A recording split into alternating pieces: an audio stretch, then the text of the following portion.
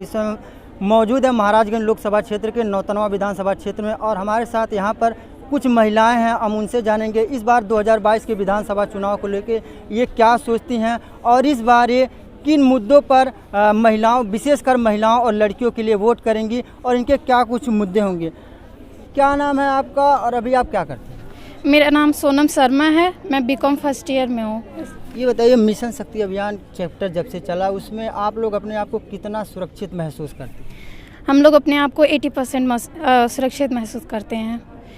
अब आने जाने में कोई प्रॉब्लम नहीं होता है, घर से भी फ्रीडम मिला है।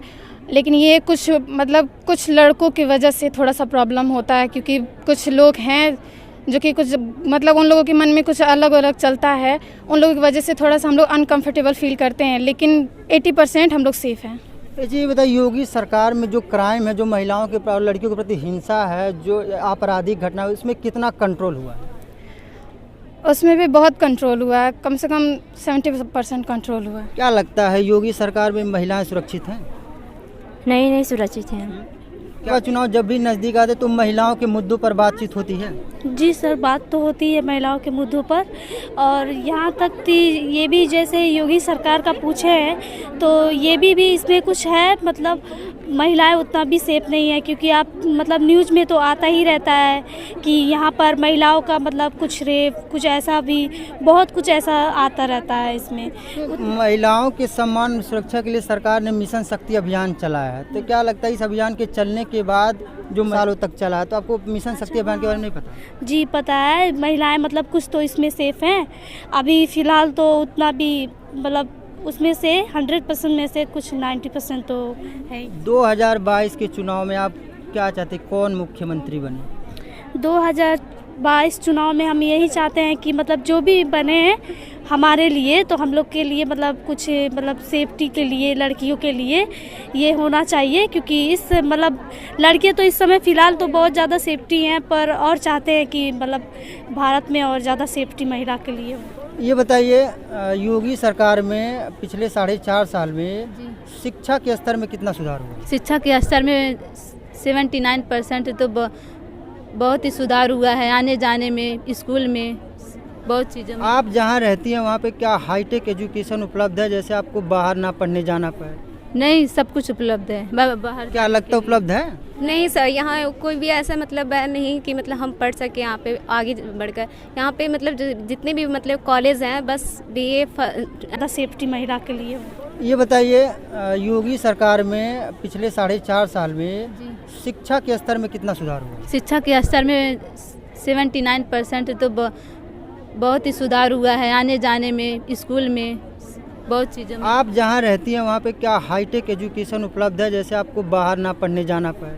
नहीं, सब कुछ उपलब्ध है बाहर। क्या लगता है उपलब्ध है? नहीं सर, यहाँ कोई भी ऐसा नहीं कि हम पढ़ सके यहाँ पे आगे बढ़कर। यहाँ पे जितने भी कॉलेज हैं, बस BA MA यही है। B.Ed वगैरह तो बाहर ही जाके करना पड़ता है हम लोगों को। बाकी की पढ़ाई आपको बाहर जाके करना पड़ता है? Yes sir. तो क्या लगता है यहाँ पे हाईटेक कॉलेज बनना चाहिए? बिल्कुल बनना चाहिए, ताकि यहाँ की कुछ पेरेंट्स ऐसे भी हैं कि अपने बच्चों को जाने नहीं देते हैं। ये अनकंफर्टेबल फील करते हैं इसलिए कि ताकि मेरी बच्ची अकेले जाएगी तो वहाँ पे जाके कहीं कुछ रास्ते में उसके साथ कोई दुर्घटना ना हो जाए, या फिर और कोई प्रॉब्लम, पैसे की भी कुछ कमियाँ हो जाती हैं पेरेंट्स के पास, इसलिए यहाँ पे बनना तो बिल्कुल चाहिए। जब आप टीवी मोबाइल फ़ोन देखते हैं तो आप चाहे कभी खबर में देखते महिलाओं के और लड़कियों के मुद्दों पर सरकार गंभीर है? सर आई थिंक तो गंभीर है, पर लोग नहीं समझते हैं। लोग गंभीर नहीं, लोग अपनी तरफ से तो यही सब करते हैं। जो चलता रहा वो अभी भी चल रहा है। जो रेप वगैरह अभी भी चल ही रहे हैं। अनकंफर्टेबल अभी भी महिलाओं को फील होता है। सरकार तो अपनी तरफ से कोशिश कर रही है, पर अगर जब तक हम लोग कदम नहीं बढ़ाएंगे तब तक कि कुछ नहीं हो सकता। योगी सरकार के पिछले 4.5 साल के कार्यकाल में क्या कहेंगे आप?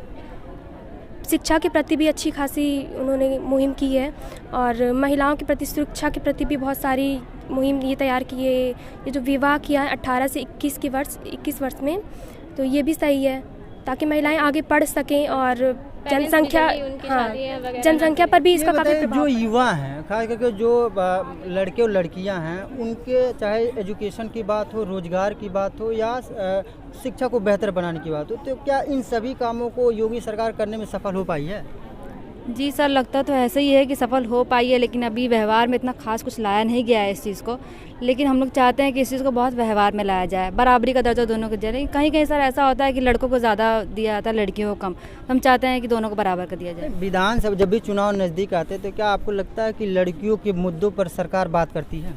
यस, ऐसा ही होता है कि मतलब पहले भी मतलब हम लोगों के मतलब सुरक्षा पे मतलब चर्चा तो होती है, लेकिन जब चुनाव आता है तो कुछ ज़्यादा ही होता है। जैसे कि अब मान लीजिए लैपटॉप और ये स्मार्टफोन, टैबलेट, ये सब मतलब वितरण करने का प्रयोजन किया गया है। तो चुनाव आया है तब, इसके पहले तो जब हम लोग मतलब कोरोना काल में जब हम लोग घर पे बैठे थे तब तो इसके कहीं कहीं सर ऐसा होता है कि लड़कों को ज़्यादा दिया जाता है, लड़कियों को कम। तो हम चाहते हैं कि दोनों को बराबर कर दिया जाए। विधानसभा जब भी चुनाव नज़दीक आते तो क्या आपको लगता है कि लड़कियों के मुद्दों पर सरकार बात करती है? यस, ऐसा ही होता है कि मतलब पहले भी मतलब हम लोगों के मतलब सुरक्षा पे मतलब चर्चा तो होती है, लेकिन जब चुनाव आता है तो कुछ ज़्यादा ही होता है। जैसे कि अब मान लीजिए लैपटॉप और ये स्मार्टफोन, टैबलेट, ये सब मतलब वितरण करने का प्रयोजन किया गया है। तो चुनाव आया है तब, इसके पहले तो जब हम लोग मतलब कोरोना काल में जब हम लोग घर पे बैठे थे तब तो इसके प्रति कोई मतलब वो नहीं किया गया कि हम लोग पढ़ सकें। अगर इनको देना ही था तो पहले देना चाहिए था, जब हम लोग लॉकडाउन में घर पे बैठे थे, हमारी पढ़ाई बर्बाद हो रही थी, तब ये लोग नहीं दिए। अब जब चुनाव आ रहा है तो दे रहे हैं। अब एक कितना दिन चुनाव रह गया है तो आपको लगता है कि ये टैबलेट, स्मार्टफोन बांटना एक चुनावी एजेंडा है? यस, लगता है एकदम। एक बात बताइए, विधानसभा चुनाव में लड़कियों के मुद्दों पर क्या बातचीत होना जरूरी है?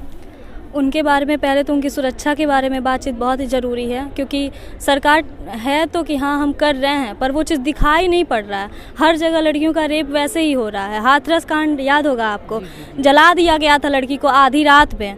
ये चीज़ तो होना बहुत ज़रूरी है कि उसके ऊपर आप पाबंदी लगाएं, उनको सख्त से सख्त सज़ा दें, ना कि उनको बढ़ावा दें। और पहली बात तो शिक्षा के बारे में, अभी चुनाव आ गया तो लो भाई टैबलेट ले लो, सेलफोन ले लो, उसके बाद फिर शांत हो जाएंगे। और यहाँ नौतनवा में तो क्षेत्रीय जो हम लोग का स्तर है पढ़ाई का बहुत ही मतलब बस यहाँ यही ग्रेजुएशन से पीजी और कुछ भी नहीं है। मान लीजिए हमारी कमजोरी, हम बाहर नहीं जा पा रहे हैं, तो यहाँ क्षेत्रीय जो विधायक हैं उनको तो इस काबिल होना चाहिए कि वो यहाँ एक हाईटेक बना सके कॉलेज या फिर अलग से कोचिंग सेंटर खोल सके, पर ऐसा कुछ हुआ नहीं है यहाँ। अच्छा बताइए, क्या लगता है कि यहाँ पे हाईटेक एजुकेशन के मामले में हाईटेक व्यवस्था ना होने को कहीं ना कहीं बच्चे जो हैं शिक्षा से वंचित रह जा रहे हैं? यस सर, जैसे कुछ पेरेंट्स हैं कि जो बाहर बच्चों को नहीं भेज सकते हैं, मतलब सोचते हैं कि मेरी बच्चा बाहर जाएगा तो अकेले हो जाएगा या फिर उसके पीछे कोई रहेगा नहीं, तो इसी हिसाब से कुछ पेरेंट्स नहीं भेजते हैं अपने बच्चों को बाहर। तो कुछ बच्चे बस यहाँ पे अशिक्षित तो नहीं रहते, लेकिन थोड़ा कम ही एजुकेशन ले पाते हैं। फॉर्मेलिटी होती है। शिक्षा के स्तर में क्या सुधार होना चाहिए? शिक्षा के स्तर में सर नौतनवा में कम से कम इस इलाके में तो कम से कम 1-2 कॉलेज और होना ही चाहिए। यहाँ पे सिर्फ BA है, BCom है और PG कॉलेज, एक B.Pharma कॉलेज है। इसके अलावा भी तो कुछ होना चाहिए। सारे बच्चे यही तो नहीं ना करेंगे। ये बताइए, मिशन शक्ति अभियान के बारे में बताइए, कितना महसूस अभी आप कर रही हैं योगी सरकार में मिशन शक्ति अभियान चलने के बाद? यहाँ पर अभी मतलब सही लग रहा है, थोड़ा मतलब पहले से सुधार है। पहले तो और इससे ज़्यादा मतलब व्यवस्था बनाने के लिए लड़कियों के विचार किया है। देखा जाए तो कहीं ना कहीं लैपटॉप और ये टैबलेट, स्मार्टफोन और ये आंगनबाड़ियों में भी उसने बांटा है, लेकिन इसमें इससे पहले तो नहीं कहीं बांटा था। इससे पहले अगर किसी ने बांटा था तो अखिलेश सरकार ने बांटा था। आपको नहीं लगता कि ये चुनाव का एक एजेंडा है? मतलब ऐसे मतलब एक आकर्षित कर रहे हैं, मतलब जो सत्ताधारी पार्टी विपक्ष के लोग हैं, ये लैपटॉप और टैबलेट बांट के आपको आकर्षित कर रहे हैं? जी सर, कर तो रहे हैं हमें आकर्षक, क्योंकि चुनाव आ गया है। इसमें अपनी 5 साल की सत्ता बनाएंगे तभी तो अगले साल फिर कोई ना कोई मतलब देंगे एजेंडा, कोई ना कोई हम लोग को फिर से देंगे। इसका फिर अगले साल सत्ता में आने की कोशिश करेंगे। और यहाँ पे फ्री राशन दे रहे हैं, तेल दे रहे हैं, चना दे रहे हैं। और आप लड़कियों के लिए क्या कुछ विशेष योगी सरकार ने किया? लड़कियों के लिए भी विशेष तो की है, जैसे कि 3 मुद्दे पर बात करेंगे, शिक्षा, स्वास्थ्य और रोजगार। जी सर। मिला तो रोजगार मिल रहा है युवाओं को? हाँ मिला है। अच्छा, ये बताइए, योगी सरकार में क्या कुछ विकास आप लड़कियों महिलाओं के देखें? हाँ, विकास तो किए उन्होंने। हम लोगों के शादी की उम्र बढ़ा दी है। उम्र बढ़ाने से ये हुआ कि हम लोग अपनी आज़ादी को फिर से जी सकेंगे और अपनी शिक्षा को आगे बढ़ा सकेंगे और अपने पैरों पे खड़ा होने के लिए कुछ कार्य कर सकेंगे, अपनी पढ़ाई पूरा कर सकेंगे, जिससे हम लोग भी मतलब ये कह सकते हैं कि हाँ, लड़कों से हम कम नहीं हैं, क्योंकि हमारे देश में लड़कों के आगे लड़कियों को कम कहा जाता है। हमेशा लड़कों को ही आगे बढ़ा रहता है। अगर लड़कियों की पढ़ने की उम्र हो, पढ़ाई करना चाहती हैं, तो उन्हें बाहर नहीं भेजते हैं, बल्कि लड़कों को बाहर भेज देते हैं। लड़कियों के ना भेजने की वजह ये है कि मम्मी पापा भी ये डरते हैं कि बाहर जाने से नुकसान हो सकता है, तो उसके लिए सेफ्टी करना ज़रूरी है हमारी सरकार को। ये बताइए, चुनाव में लड़कियों के मुद्दों पर भी बातचीत होना चाहिए? जी सर, लड़कियों के मुद्दे पे ज़रूर बात होना चाहिए, क्योंकि सर पहले इस मतलब प्राचीन काल से या पुराने समय से ही देखा जाए तो लड़कियां किसी न किसी के अधीन है। जैसे कि मतलब अगर छोटी बच्ची रहती हैं तो अपने पिता के अधीन रहती हैं, अगर वो बड़ी होती हैं तो अपने पति के अधीन रहती हैं, अगर वो वृद्ध हो जाती हैं तो अपने ज्येष्ठ पुत्र के अधीन रहती हैं, ना किसी के अधीन रहती हैं। लेकिन आजकल देखा जाए तो पहले से हमारी महिलाओं की स्थिति बेहतरीन हो गई है। कहीं ना कहीं देखा जाए तो सर सबसे बड़ा वर्ग होता है सेना, जिसमें थल सेना हो गया, वायु सेना हो गया और फिर उसके बाद जल सेना। तीनों सेनाओं में महिलाएं हैं, जो हमारे देश के लिए बहुत ही अच्छी और गर्व की बात है। हमें ऐसी सरकार चाहिए जो कोई एजेंडा दे के हमें लालच से वोट ना गिने। हमें ऐसी सरकार चाहिए जो हमारे देश को आगे और बेहतरीन बनाने का प्रयास करे।